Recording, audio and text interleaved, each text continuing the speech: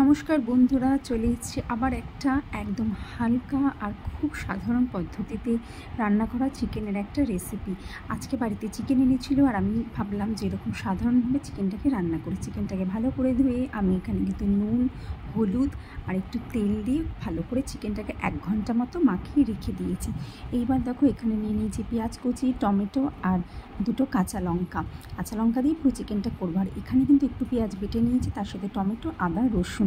আলুগুলোকে কিন্তু দেখো আমি এখানে লাল লাল করে একটু ভেজে নেব।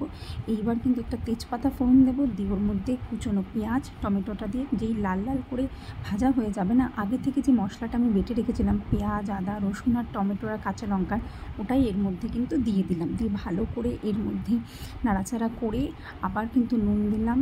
এবার কিন্তু দেখো আমি এখানে দিয়েছি একটু সামান্য লঙ্কার গুঁড়ো, জিরের গুঁড়ো আর একটু হলুদ গুঁড়ো দিয়ে ম্যারিনেট করা মাংসটা ওর মধ্যে দিয়ে ভালো করে কিন্তু কষাবো। সবাই জানো মাংস যত কষাবে তত খেতে টেস্ট হয়। ব্যাস কষিয়ে যাব।